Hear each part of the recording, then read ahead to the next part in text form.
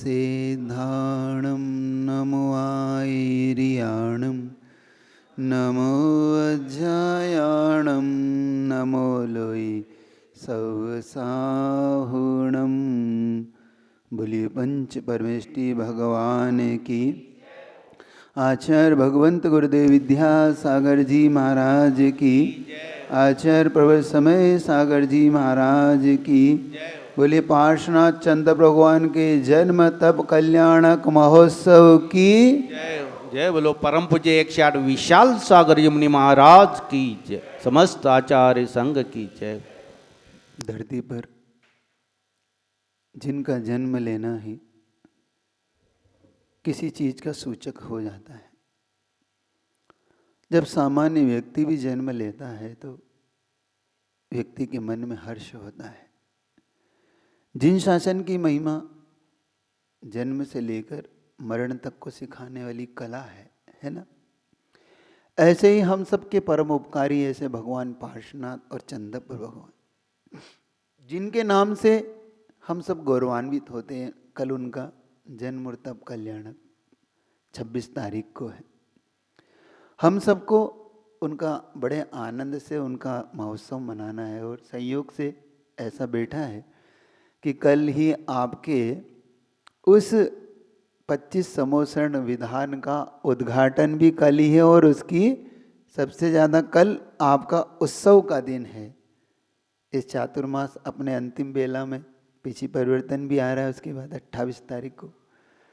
तो कल ऐसी महान आत्मा जब जन्म लेती है तो महान आत्माएं अपने साथ कुछ विशेष चीज लेके आती है। फिर तो वो तीर्थंकर थे। उनका जन्म हम सबके लिए कल्याण का कारण है और कल हम सबको विशेष तौर से उनके जन्म महोत्सव को मनाना है। क्योंकि भगवान पार्श्वनाथ के आगे एक विशेषण लगा है, चिंतामणि। ऐसा विशेषण बहुत कम प्रभु के आगे लगा है। संकट हर, संकट मोचन है, ऐसे कल्पवृक्ष, कल्पधनु, चिंतामणि, सारे विशेषण भगवान पार्श्वनाथ के आगे ही मिलते हैं, है ना। तो ऐसे पार्श्वनाथ भगवान की कल मिलके आपको और हमको वो अरध भक्ति, क्योंकि जब जीवन में श्रावकों के जीवन में एक ही चीज सबसे महत्वपूर्ण है, वो है अरध भक्ति। अरध भक्ति करना सीखो। जीवन में आप कुछ करते हो या नहीं करते हो, यहाँ तक कि मुनियों के लिए भी उन्होंने कहा कि जो मुनि महाराज अरध भक्ति में रत रहते हैं और अरध भक्ति करते हैं, उनके जीवन का उद्धार, कल्याण का वो मार्ग और प्रशस्त होता है। क्योंकि मैंने देखा है जो किसी चीज से आपको प्राप्त नहीं होता वो जीवन में अरहंत भगवान की भक्ति से प्राप्त होती है। ये मेरी खुद की अनुभूति है। जब जब कुछ भी आवश्यकता लगी, बस अनंत भगवान की भक्ति ही काम आई। जब भी गुरु चरण चाहिए, जब भी आपको कोई विशेष संकट से उभरना हो, तो इतने विधान जितने भी रचे उनमें सब विषयानों में एक मुख्यता देखी अरध भक्ति की। और इसको अरहत चक्र भी कहते हैं, कल्पद्रुम को अरहत चक्र विधान भी कहते हैं। तो आप ऐसी महान अरहंतों की भक्ति करने जा रहे हो और अरहंत भगवान की भक्ति से पूर्व में आपको भगवान का जन्म और तप कल्याणक भी मनाना है। देखो, जन्म तो सबके हो जाते हैं, लेकिन सार्थक किसी किसी लोगों का ही होता है ना। जन्म तो अपन सबके भी हो गए, लेकिन क्या हमारा जन्म सार्थक हुआ, ये हमें अब सोचना है। हमने भी जन्म ले लिया लेकिन कहीं हमारा जन्म यूं ही तो नहीं बीत रहा, व्यर्थ तो नहीं जा रहा। कहीं हमारा जन्म ऐसा तो नहीं कि हम सिर्फ जन्म ले लिया और सिर्फ जी रहे हो, कि कुछ ऐसा कर गुजरे कि हम कह सके कि हमने जीवन में कुछ किया है। देख लेना, कल विचार कर लेना कि हमारा जन्म हुआ है तो हमने जन्म को कैसे जिया है। क्योंकि कुछ लोग जीते हैं, कुछ लोग ढोते हैं, है ना। कुछ लोग जीवन ढोते हैं, उनका जीवन सिर्फ पंचेंद्र के विषयों में ही बीतता है, उनका जीवन किसी काम का नहीं होता, सिर्फ वो ऐसो आराम की जिंदगी जीते हैं, उनका जीवन में कुछ नहीं, उन्हें सिर्फ ऐसो आराम प्रिय होते हैं। लेकिन कुछ लोग विशेष होते हैं जो कुछ ऐसा कर गुजरते हैं, ऐसा कुछ छवि बना जाते हैं, तो वो अपने जीवन को सार्थक कर जाते हैं, उनका जीवन जीना सार्थक हो जाता है। जैसे भगवान ने जन्म लिया तो उन्होंने तो सार्थक किया मोक्ष की वो। अच्छा देखो, और उसी दिन तप कल्याणक भी पड़ता है ना, तो वो तप कल्याणक, मोक्ष कल्याणक, ये सब भगवान के जो हम कल्याणक मनाते हैं, ये भगवान के लिए नहीं मनाते, हम अपने कल्याण के लिए मनाते हैं। हमें क्या लगता है उनका जन्म कल्याणक मनाने से उन्हें कोई लाभ होगा? उन्हें कोई लाभ नहीं होगा, लाभ हमें होगा। भगवान का शांतिधारा अभिषेक करने से उन्हें कोई प्रयोजन नहीं है, प्रयोजन हमारा था। जब जब हमें संकट पड़ा तब तब हमने इस भगवान की शांतिधारा अभिषेक को करके हमने उससे मुक्ति पाई। जब जब हमें कोई संकट पड़ा हमने भगवान की भक्ति करके मुक्ति पाई। तो इसमें लाभ भक्त का होता है, भगवान का नहीं होता है। जब भी हम मंदिर बनाते हैं, कोई मूर्ति स्थापित करते हैं, हम जब कोई माला फेरते हैं, ये बात सच है कि उसमें होता भगवान का स्मरण है, लेकिन लाभ भक्त को होता है। देखो आश्चर्य तो इस बात का होता है कि ये संभव कैसे है कि हम करते उनके नाम से हैं, होता हमारे लिए है। आश्चर्य होता है ना, करते हम उनके नाम से, लाभ हमें मिलता है। अभिषेक उनका करते हैं, पवित्र हम होते हैं। जबकि अन्य दर्शन में भगवान का अभिषेक होकर वो पवित्र होते हैं, और यहाँ इनका अभिषेक करके हम पवित्र होते हैं। भक्त पवित्र होता है। तो उनका जन्म कल्याणक बना के हमारा जन्म सार्थक होता है, ये समझे ना। हम कुछ अर्पित करते हैं, समर्पित करते हैं, तो हमें लगता है कि हमने समर्पित किया है, लेकिन लाभ किसको होता है? हमें होता है। क्यों लोग समर्पित करते हैं, क्यों आरत भक्ति करते हैं? मैंने आपको बताया था एक बार कि एक भागचंद जी सोनी हुए, जो आचार्य श्री की दीक्षा के मुख्य आयोजक हुए। जब गुरुदेव की अजमेर में दीक्षा हुई वहाँ के, क्योंकि अजमेर की सोनी जी की नसिया के वो सेठ कहलाते थे वो, तो वो सोनी जी जब भी मंदिर जाते थे प्रतिदिन स्वयं अपने हाथ से पानी खींचना और भगवान का अभिषेक करना और स्वयं द्रव्य धोना। जबकि वो सरसेठ की उपाधि, सरसेठ मतलब करोड़पति अरबपति व्यक्ति, वो चाहे तो 10 नौकर, घर में उन्होंने हर चीज के लिए नौकर लगा रखे थे, लेकिन जब भगवान की अरध भक्ति का विषय होता तो नौकर से नहीं करवाते, स्वयं करते थे। क्यों? उनसे पूछा एक दिन, क्यों सेठ जी ऐसा क्यों करते हो? तो उन्होंने कहा देखो मेरे जीवन की उन्नति हुई है तो इन्हीं भगवान की भक्ति करने से हुई। वहाँ पे आदिनाथ भगवान की मूर्ति है, मैं देख के आया। वो जब सोनी जी की नसिया में गए तो वहाँ देखा मैंने कि वहाँ भगवान की भक्ति करने के लिए उन्होंने जो किया, लाखों रुपए की सोने की उन्होंने जो पंच कल्याणक बनाए। कभी आप लोग गए? आप लोग गए देख के आए? आप लोग गए? कभी नहीं गए? एक बार जरूर कभी अजमेर उधर जाना और राजस्थान यात्रा पे, तो अजमेर की जी की नौसियाँ जरूर जाना, देख के आना।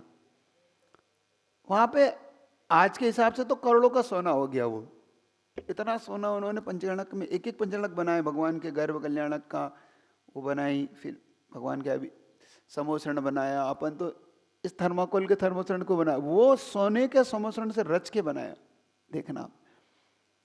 तब उन्होंने कहा कि मेरा जो कुछ है भगवान की भक्ति से, अब इसके लिए मैं अगर नौकर रख लूंगा तो मुझसे ज़्यादा दुर्भागा क्या कौन होगा? क्योंकि फिर नौकर भगवान के लिए नौकर नहीं, मैं भगवान का नौकर बन के, और ये बात सच है, जो भगवान का नौकर बन के भगवान की भक्ति करता है ना, संसार में सारे व्यक्ति उसके नौकर बन के उसकी भक्ति करते ही, ये भगवान की फल है, ये हरियान भगवान की भक्ति का फल है, समझे ना।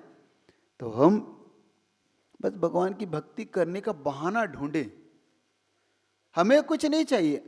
एक बात आप हर व्यक्ति सीखो, आपको किसी भी तरह से अनंत भगवान की भक्ति करना है, कर से कार्य से अनुमोदन से स्वयं करो।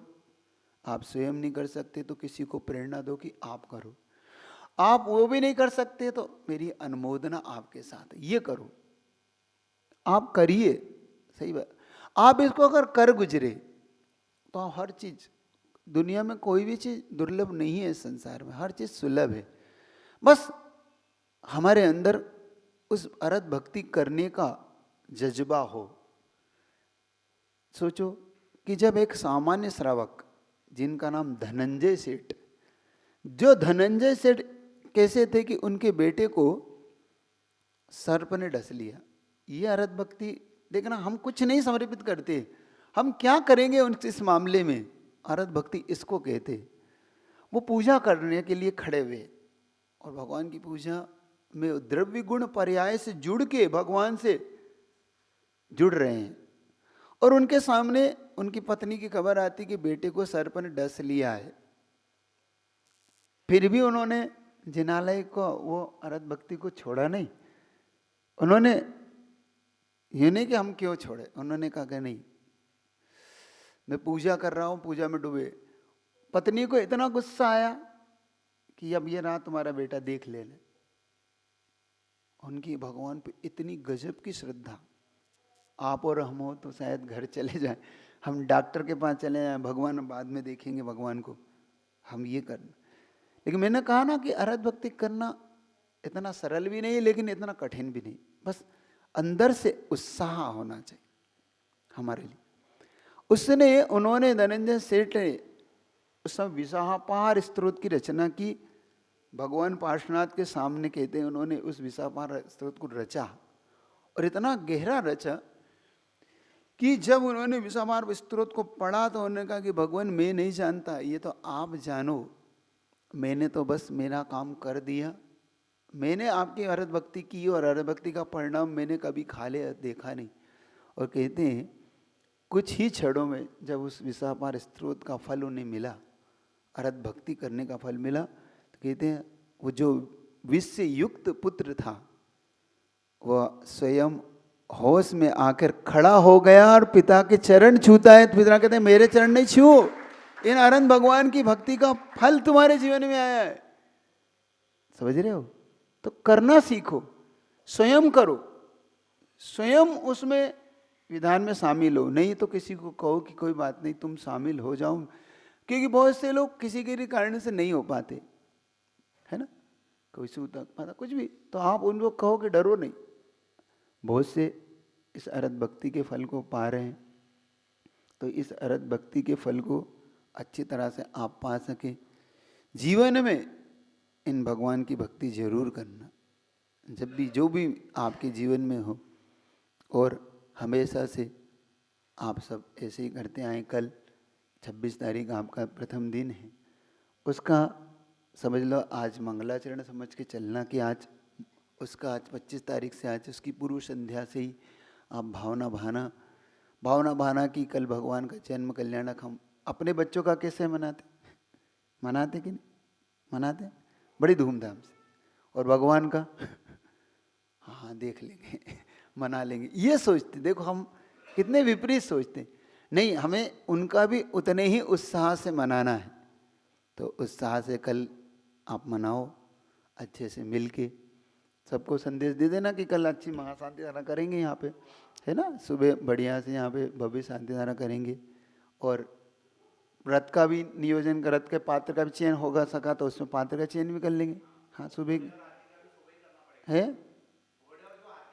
हाँ सुबह कर लेंगे। तो आप सबको ऐसे मैसेज डाल दो ताकि लोग आके अपने भावना को भा सकें, और बढ़िया हाथी घोड़े से जो भगवान दिव्य यात्रा निकलना है उस पर अच्छे से रथ में सारथी बन के, नया रथ है ना।